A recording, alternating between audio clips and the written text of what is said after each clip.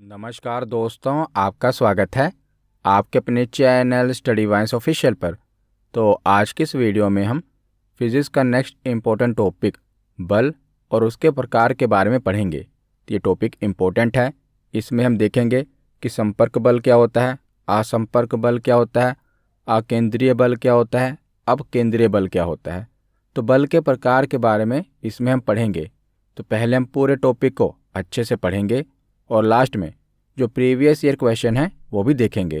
तो पहले आप पूरी वीडियो को अच्छे से देखें और लास्ट में प्रीवियस ईयर क्वेश्चन ज़रूर अटेम्प्ट करें।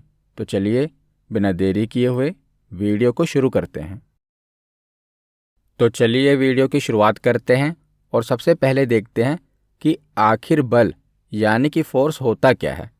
तो बल वह बाहरी कारक है जो किसी वस्तु की अवस्था, स्थिति, आकार या आकृति में परिवर्तन करता है या परिवर्तन करने का प्रयास करता है।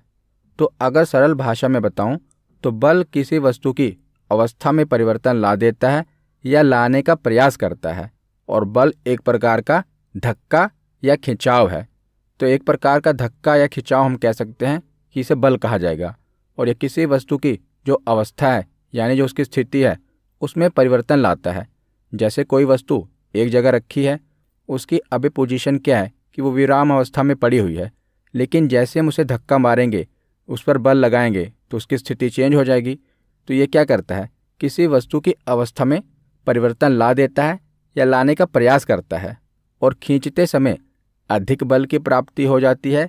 इसी कारण किसी वस्तु को धकेलने की तुलना में खींचना आसान होता है, क्योंकि खींचते समय जो एंगल होता है ऊपर की ओर बनता है, ढकेलते वक्त नीचे की ओर एंगल बनता है। तो खींचते वक्त क्या होता है, खींचना किसी वस्तु को आसान होता है, उसमें ज़्यादा बल नहीं लगाना पड़ता, लेकिन ढकेलते वक्त ज़्यादा बल लगाना पड़ता है। और जो बल है एक सदिश राशि है। बल का मात्रक क्या है, तो बल का मात्रक न्यूटन है। बहुत बार पूछा गया है बल का मात्रक क्या है, न्यूटन। और इसे किलोग्राम मीटर प्रति सेकंड में प्रदर्शित किया जाता है। और जो बल है ना, इसके विभिन्न रूप और उदाहरण देख लेते हैं। जैसे धक्का यानी कि पुश, तो धक्का देकर दरवाज़ा खोलना ये किसका उदाहरण है, तो ये पुश का उदाहरण है। हम बल के विभिन्न रूप देख रहे हैं। तो एक हो गया धक्का, दूसरा खिंचाव। हमने पढ़ा ना कि धक्का और खिंचाव बल का ही उदाहरण है, ये बल का ही रूप है।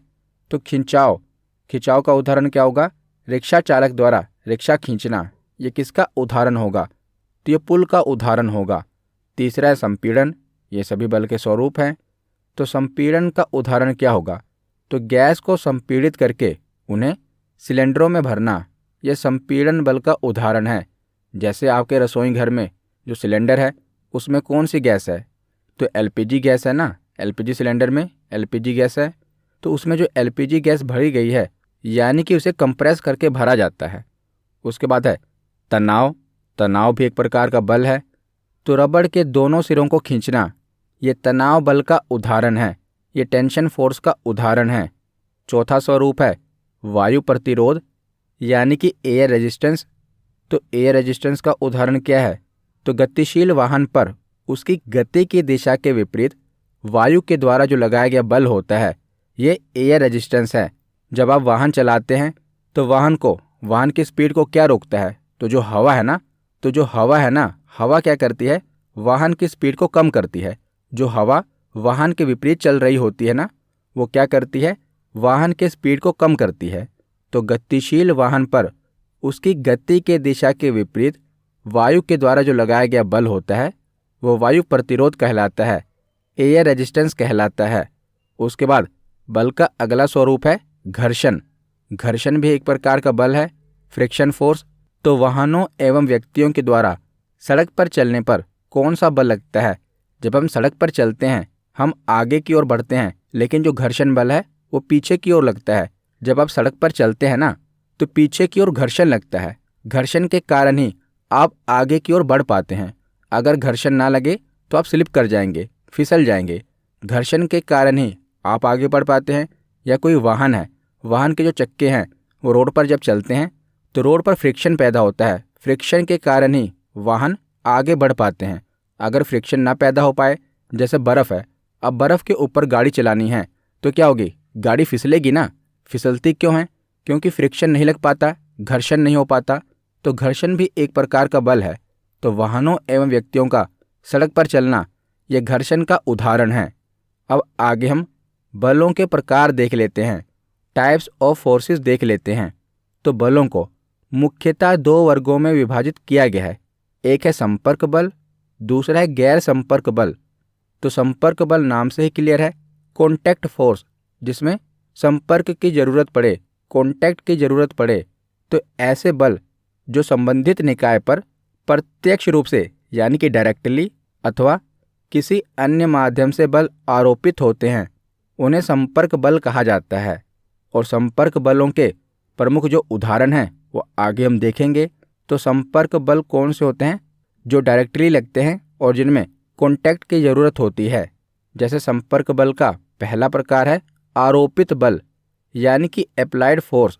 तो किसी व्यक्ति अथवा वस्तु द्वारा किसी अन्य व्यक्ति अथवा वस्तु पर आरोपित किया गया बल आरोपित बल कहलाता है। तो बहुत ही सिंपल उदाहरण है, जैसे किसी व्यक्ति के द्वारा मेज को धक्का देकर किसी अन्य स्थान पर परिवर्तित करना, ये किसका उदाहरण होगा? तो आरोपित बल का उदाहरण होगा।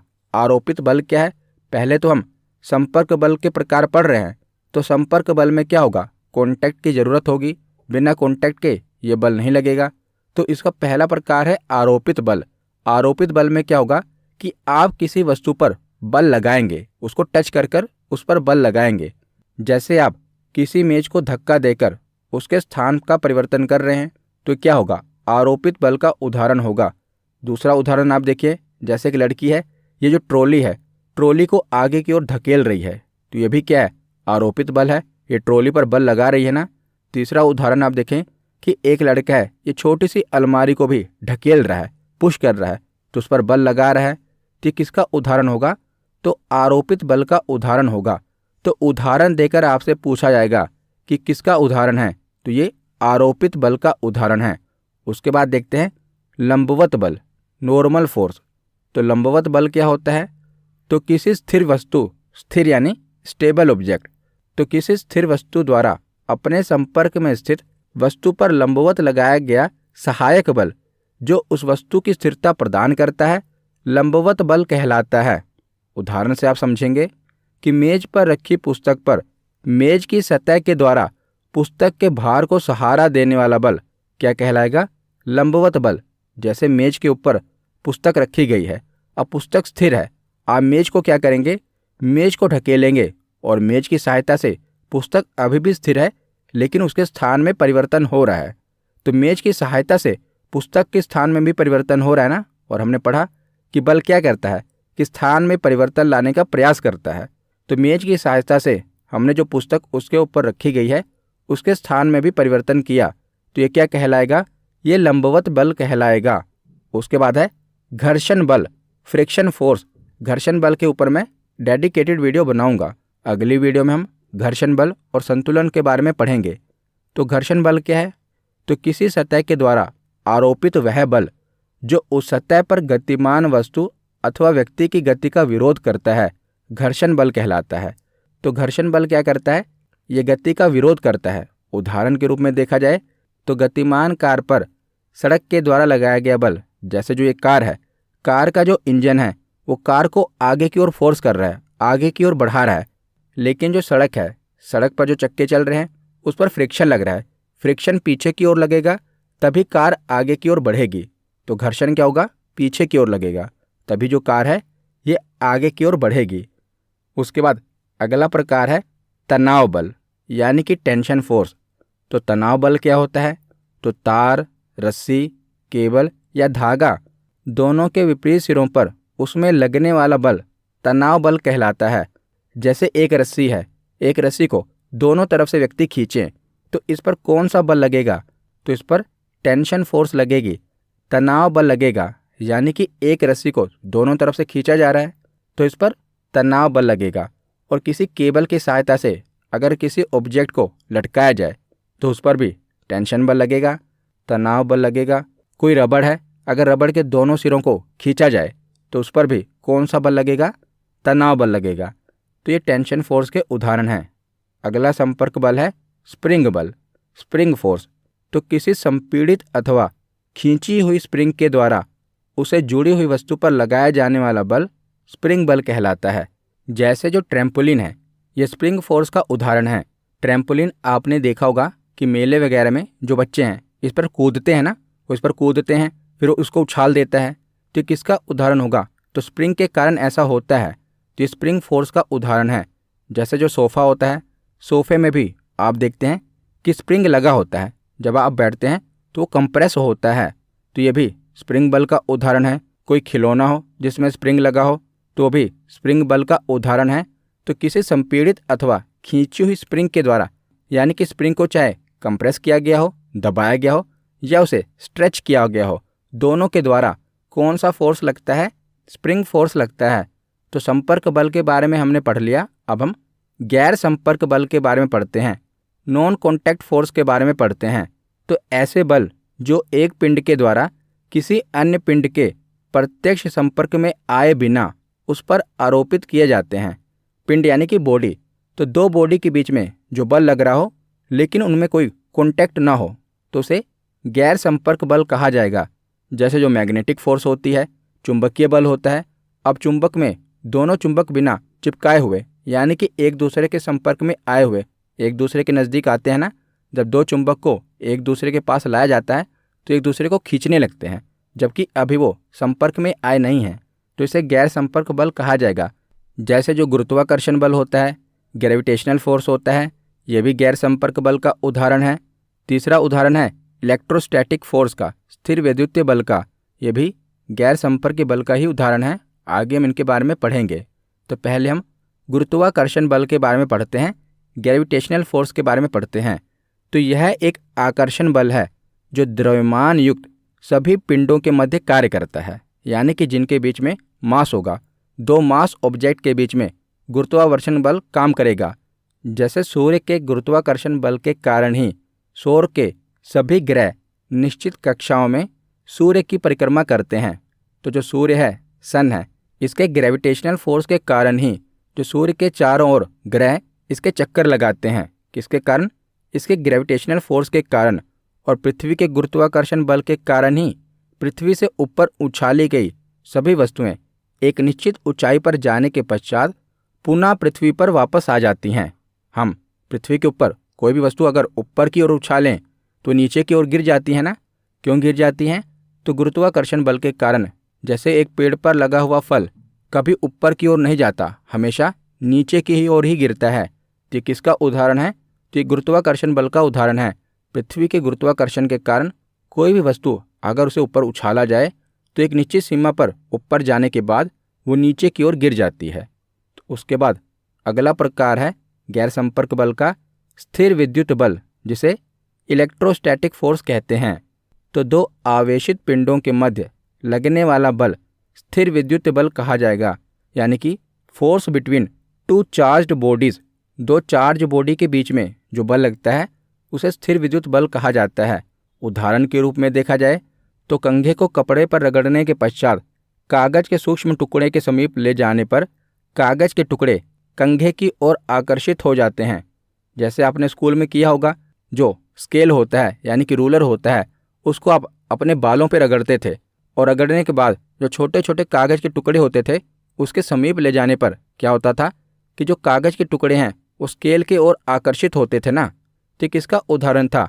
तो ये इलेक्ट्रोस्टैटिक फोर्स का उदाहरण था। तो इसके बीच में ये बल लगता क्यों है? एक के अंदर पॉजिटिव चार्ज होता है और दूसरे के अंदर नेगेटिव चार्ज होता है, और पॉजिटिव चार्ज और नेगेटिव चार्ज एक दूसरे को अट्रैक्ट करते हैं। और जैसे ही हम कंघे को कागज के टुकड़ों की ओर ले जाएंगे तो पॉजिटिव चार्ज नेगेटिव चार्ज को अपनी ओर आकर्षित करेगा। तो इसीलिए ये दोनों एक दूसरे की ओर आकर्षित होते हैं। तो ये इलेक्ट्रोस्टैटिक फोर्स का उदाहरण है। आगे हम चुंबकीय बल के बारे में पढ़ते हैं। तो ये गैर संपर्क बल का तीसरा प्रकार है मैग्नेटिक फोर्स। तो विद्युत आवेशित कणों के मध्य कार्यरत आकर्षण अथवा प्रतिकर्षण। आकर्षण मतलब कि अपनी ओर खींचना, प्रतिकर्षण मतलब कि अपनी ओर से दूर करना। ये बल चुंबकीय बल कहलाता है। तो समान आवेश वाले कण एक दूसरे को प्रतिकर्षित करते हैं, जबकि विपरीत आवेश वाले कण एक दूसरे को आकर्षित करते हैं। यानी कि ऑपोजिट चार्ज वाली वस्तुएं एक दूसरे को अट्रैक्ट करती हैं, लेकिन समान आवेश वाले कण एक दूसरे को दूर ढकेलते हैं। तो उदाहरण देखा जाए तो दो समान सिरों का एक दूसरे से दूर हटना अथवा विपरीत सिरों का एक दूसरे के पास आना। जैसे जो चुंबक होता है, चुंबक के दो ध्रुव होते हैं ना, उत्तरी ध्रुव और दक्षिणी ध्रुव, यानी कि नॉर्थ पोल और साउथ पोल। तो जब एक चुंबक का दक्षिणी ध्रुव दूसरे चुंबक के दक्षिणी ध्रुव के पास लाया जाएगा तो एक दूसरे को ढकेल देगा, यानी कि आकर्षित नहीं होगा। कभी भी सिमिलर पोल आकर्षित नहीं होते हैं, लेकिन यही ऑपोजिट पोल होगा, यानी कि एक साउथ पोल हो और एक नॉर्थ पोल हो चुंबक का, तो ये एक दूसरे को आकर्षित करेंगे। तो इसी को चुंबकीय बल कहा जाता है, मैग्नेटिक फोर्स कहा जाता है। तो इसमें संपर्क की ज़रूरत नहीं है, ये चुंबक एक दूरी पर ही एक दूसरे को अट्रैक्ट करने लगते हैं, जिसमें किसी कॉन्टैक्ट की ज़रूरत नहीं पड़ती। अब आगे हम अभिकेंद्रीय बल के बारे में पढ़ते हैं। अभिकेंद्रीय बल और अपकेंद्रीय बल, इनसे बहुत सारे प्रश्न बनते हैं, तो इसे भी ध्यान से सुनिएगा। तो अभिकेंद्रीय बल क्या होता है, सेंट्रीपिटल फोर्स क्या होता है। तो वृत्तीय गति कराने के लिए, वृत्तीय गति यानी कि सर्कुलर मोशन, तो सर्कुलर मोशन कराने के लिए अभिकेंद्रीय बल की आवश्यकता होती है, और यह हमेशा केंद्र की ओर कार्य करता है, जबकि जो वेलोसिटी होती है वो बाहर की ओर कार्य करती है। तो आसान भाषा में मैं आपको समझाता हूँ। तो जब आप रस्सी में एक पत्थर का टुकड़ा बांधते हैं और उसके बाद रस्सी के ऊपर की ओर गोल गोल नचाते हैं, तो गोल गोल नचाने पे क्या होगा, जो पत्थर का टुकड़ा है उसका जो मोशन है वो सर्कुलर मोशन होगा ना, गोल गोल, यानी कि एक सर्कल पर मोशन करेगा। लेकिन केंद्र में आपका जो हाथ है, आप हाथ से उसको नचा रहे हैं, तो ये क्या होगा, अभिकेंद्रीय बल होगा। इसमें जो बल है वो हमेशा केंद्र की ओर लगेगा, लेकिन जो वेलोसिटी है, वेग है, ये बाहर की ओर कार्य करेगा, क्योंकि जो पत्थर का वेग है ये बाहर की ओर कार्य कर रहा है, सर्कुलर पाथ पर कार्य कर रहा है, लेकिन जो बल है वो केंद्र की ओर लग रहा है। अगर पत्थर का टुकड़ा वो रस्सी से छूटकर चला जाए तो आपके हाथ में भी झटका लगेगा ना, क्योंकि जो बल है वो केंद्र की ओर कार्य कर रहा है और जो वेलोसिटी है वो बाहर की ओर कार्य कर रही है। तो इसी को अभिकेंद्रीय बल कहा जाएगा, जिसमें जो बल है वो केंद्र की ओर लगेगा और जो वेलोसिटी है वो बाहर की ओर लगेगी। तो इसके उदाहरण कौन से हैं, तो ग्रहीय पिंडों की परिक्रमा गति में अभिकेंद्रीय बल ही प्रभावी होता है। जैसे जो ग्रह होते हैं इनके द्वारा सूर्य की जो परिक्रमा की जाती है, ये किसका उदाहरण है, ये अभिकेंद्रीय बल का उदाहरण है। इसमें गुरुत्वाकर्षण बल भी लग रहा है। इसमें अगर हम बल के प्रकार देखें तो बल के प्रकार में तो गुरुत्वाकर्षण बल लग रहा है, और वैसे देखा जाए तो गुरुत्वाकर्षण बल के साथ जो सिद्धांत है वो कौन सा लग रहा है, तो अभिकेंद्रीय बल का सिद्धांत लग रहा है। दूसरा, किसी डोरी के एक सिरे पर टुकड़ा बांधकर वृत्तीय गति में घुमाने पर डोरी के अंदर की ओर एक तनाव उत्पन्न होता है, और वृत्तीय गति समाप्त होने पर या डोरी छोड़ते ही पत्थर सरल रेखीय गति करता है। तो डोरी बांधकर ऊपर की ओर घुमाने पर अब ये कौन सा बल लग रहा है, तो ये अभिकेंद्रीय बल लग रहा है। तो कोई भी जिसमें जो बल है वो केंद्र की ओर लग रहा हो और वस्तु का जो वेग हो, जो मोशन हो, वो सर्कुलर पाथ में हो रहा हो, तो इसे कौन सा बल कहा जाएगा, तो इसे अभिकेंद्रीय बल कहा जाएगा। अब हम अपकेंद्रीय बल पढ़ते हैं, सेंट्रीफ्यूगल फोर्स पढ़ते हैं। तो वृत्तीय पथ पर गतिशील पिंड पर कार्यरत अभिकेंद्रीय बल की प्रतिक्रिया में उसके विपरीत दिशा में एक बल केंद्र के बाहर की ओर कार्यरत होता है। यह एक प्रकार का आभासी बल होता है और यह बाहर की ओर कार्य करता है, जिसे अपकेंद्रीय बल कहा जाता है। तो अभिकेंद्रीय बल में क्या था, जो बल था वो केंद्र की ओर लग रहा था। अपकेंद्रीय बल में क्या है, उसका ऑपोजिट है, जो बल है वो बाहर की ओर लगेगा। जैसे कपड़ा सुखाने की मशीन, कपड़े सुखाने की मशीन में क्या होता है, जो कपड़े होते हैं वो मशीन में डाले जाते हैं। अब उसमें से जो पानी होता है वो निचुड़ता है कपड़े में से, तो पानी निचुड़कर बाहर की ओर जाएगा। कपड़ा सुखाने की जो मशीन है वो अपकेंद्रीय बल के सिद्धांत पर काम करती है। जैसे दूध से क्रीम या मक्खन निकालने की मशीन, तो दूध से क्रीम या मक्खन कैसे निकलता है, तो पहले के ज़माने में दूध को मथनी से मथा जाता था। आजकल तो मशीनें आ गई हैं, मशीनें क्या करती हैं, दूध को मथती हैं। तो दूध को मथने के बाद क्या होता है, क्रीम बाहर की ओर निकल आती है, ऊपर की ओर निकल आती है। तो उसको मथने के बाद क्या हो रहा है, यानी कि बल लगाने के बाद क्या हो रहा है कि वो जो क्रीम है या मक्खन है बाहर की ओर निकल आ रहा है। तो हमने पढ़ा ना कि यह बल बाहर की ओर कार्य करता है। तो जब भी कोई ऐसा उदाहरण हो जिसमें कोई भी चीज़ हो वो बाहर की ओर निकल कर आ रही हो या कोई बल हो बाहर की ओर लग रहा हो तो उसे अपकेंद्रीय बल का उदाहरण समझना। और अभिकेंद्रीय बल में क्या है कि बल हमेशा अंदर की ओर लगेगा, अपकेंद्रीय बल में क्या है बल हमेशा बाहर की ओर लगेगा। इसके नाम में क्या है अप यानी कि ऊपर, जैसे अप और डाउन होता है ना, अप यानी कि ऊपर। तो कोई चीज़ बाहर आ रही है तो समझ लेना अपकेंद्रीय बल का उदाहरण होगा। तो यहाँ पर हमारा थ्योरी सेक्शन कंप्लीट होता है। अब हम प्रीवियस ईयर क्वेश्चन देखते हैं।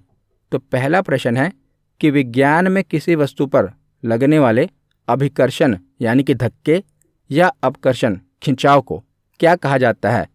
तो धक्का तथा खिंचाव को क्या कहा जाता है, तो इसे बल कहा जाता है। तो ऑप्शन सी इसका सही जवाब है। अगला प्रश्न है कि असंपर्क बल का उदाहरण है घर्षण बल, चुंबक के द्वारा लगाया गया बल, पेशीय बल या दाब बल। तो असंपर्क बल का उदाहरण है चुंबक के द्वारा लगाया गया बल। इसमें किसी कॉन्टैक्ट की जरूरत नहीं होती। तो ऑप्शन बी इसका सही जवाब है।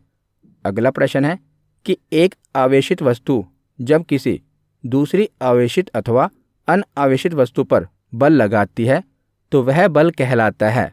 तो जब कोई आवेशित वस्तु यानी चार्ज वस्तु दूसरी चार्ज या नॉन चार्ज वस्तु पर बल लगाती है तो किसका उदाहरण है, तो ये इलेक्ट्रोस्टैटिक का उदाहरण है, यानी कि स्थिर वैद्युत बल का उदाहरण है।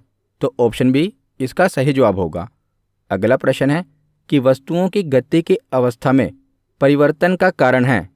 तो जो वस्तु है उसकी गति की अवस्था में परिवर्तन किसके कारण आता है, असंपर्क बल के कारण, पेशीय बल के कारण, घर्षण बल के कारण या संपर्क बल के कारण। तो कोई भी वस्तु है अगर वो गति कर रही है तो उसकी अवस्था में परिवर्तन कौन लाता है, घर्षण बल लाता है। ये क्या करता है, वस्तु की गति को धीमा करता है। तो घर्षण बल इसका सही जवाब होगा। ऑप्शन सी इसका सही जवाब है। अगला प्रश्न है कि चैन के द्वारा एक कार का अन्य कार को खींचना निम्नलिखित में से किस बल का उदाहरण है। तो कई बार क्या होता है कि कोई कार बंद हो जाती है तो दूसरी कार के द्वारा चैन बांधकर उसको खींचा जाता है ना। तो चैन के द्वारा एक कार का दूसरी कार को खींचना ये कौन से बल का उदाहरण होगा, अनुप्रयुक्त बल, लंब बल, घर्षणी बल या तनाव बल। तो इसका सही जवाब क्या है, तो जो चैन है उसमें कौन सा फोर्स लग रहा है, तो टेंशन फोर्स लग रहा है, यानी कि तनाव बल लग रहा है। तो ऑप्शन डी इसका सही जवाब है। अगला प्रश्न है कि गुरुत्वाकर्षण बल एक डैश है, गैर संपर्क बल, केंद्रीय बल, आकर्षण बल या उपरोक्त सभी। तो इसका सही जवाब होगा उपरोक्त सभी। कैसे, पहला जो कथन है कि ये गैर संपर्क बल है तो गुरुत्वाकर्षण बल गैर संपर्क बल होता है, ये तो सही है। दूसरा है कि ये केंद्रीय बल है, तो केंद्रीय बल क्या होता है, तो दो वस्तुओं के बीच की दूरी उनके केंद्र से केंद्र की दूरी होती है, इसीलिए जो बल होता है ये केंद्र को मिलाने वाली रेखा के साथ कार्य करता है। तो ये केंद्रीय बल का भी उदाहरण है। और तीसरा कथन क्या है कि ये आकर्षण बल है। तो हाँ, जो गुरुत्वाकर्षण बल होता है ये वस्तुओं को आकर्षित करता है ना, तो ये आकर्षण बल भी है। तो उपरोक्त सभी, ऑप्शन डी इसका सही जवाब होगा। अगला प्रश्न है कि गुरुत्वाकर्षण का नियम है कि गुरुत्वाकर्षण का नियम किसके बीच गुरुत्वाकर्षण बल देता है, कुछ द्रव्यमान वाले दो पिंडों के बीच में, केवल पृथ्वी और सूर्य के बीच में, केवल पृथ्वी एवं एक बिंदु द्रव्यमान के बीच में और केवल दो आवेशित पिंडों के बीच में। तो गुरुत्वाकर्षण का जो नियम है ये किसके बीच गुरुत्वाकर्षण बल देता है, तो कुछ द्रव्यमान वाले दो पिंडों के बीच में। तो ऑप्शन ए इसका सही जवाब है। अगला प्रश्न है कि सूखे बालों पर रगड़ने के बाद एक प्लास्टिक स्केल कागज के टुकड़ों को आकर्षित करता है, यह किसका उदाहरण है, गुरुत्वाकर्षण बल का, चुंबकीय बल का, आकर्षण बल का या स्थिर वैद्युत बल का। तो यह किसका उदाहरण है, तो इलेक्ट्रोस्टैटिक फोर्स का उदाहरण है, स्थिर वैद्युत बल का उदाहरण है। तो ऑप्शन डी इसका सही जवाब है। अगला प्रश्न है कि निम्नलिखित में से कौन अभिकेंद्रीय बल का उदाहरण है। कौन कौन से उदाहरण हैं, किसी दरवाजे को धकेलना, टायर से उड़ती हुई मिट्टी, सूर्य की परिक्रमा करते ग्रह या भूमध्य रेखीय रेलवे। तो बताइए अभिकेंद्रीय बल का उदाहरण इसमें से कौन सा है, तो सूर्य की परिक्रमा करते हुए ग्रह यह अभिकेंद्रीय बल का उदाहरण है। तो ऑप्शन सी इसका सही जवाब है। अगला प्रश्न है कि अभिकेंद्रीय बल किसके लिए उत्तरदायी होता है, निकाय को, निकाय यानी कोई वस्तु या बॉडी, तो निकाय को वृत्ताकार पथ पर गतिमान रखने के लिए, एक सीधी रेखा के समानांतर वस्तु की उड़ान के लिए, अंतरिक्ष में वस्तु की स्वतंत्र गति के लिए या समुद्र में लहरों के उत्पादन के लिए, तो अभिकेंद्रीय बल किसके लिए उत्तरदायी है? तो इन सभी कथनों में से जो पहला कथन है ये सही है कि निकाय को एक सर्कुलर पाथ पर गतिमान रखने के लिए अभिकेंद्रीय बल उत्तरदायी होता है। तो ऑप्शन ए इसका सही जवाब है। अगला प्रश्न है कि वॉशिंग मशीन में कपड़ों को सुखाने के लिए उत्तरदायी बल कौन सा है? तो वॉशिंग मशीन में कपड़ों को सुखाने के लिए कौन सा बल उत्तरदायी होता है? तो अपकेंद्रीय बल, ऑप्शन बी इसका सही जवाब है। तो आज का आखिरी प्रश्न है कि वृत्त के केंद्र से दूर निर्देशित एक वृत्त में गमन करने वाली वस्तु द्वारा अनुभव किए गए बल को डैश के रूप में जाना जाता है। तो ये केंद्र से दूर निर्देशित कर रहा है, तो कौन सा बल होगा? तो अब केंद्रीय बल होगा, ऑप्शन बी इसका सही जवाब है। तो आज की वीडियो यहीं पर ख़त्म होती है। कैसी लगी ये वीडियो कमेंट सेक्शन में ज़रूर बताना। धन्यवाद।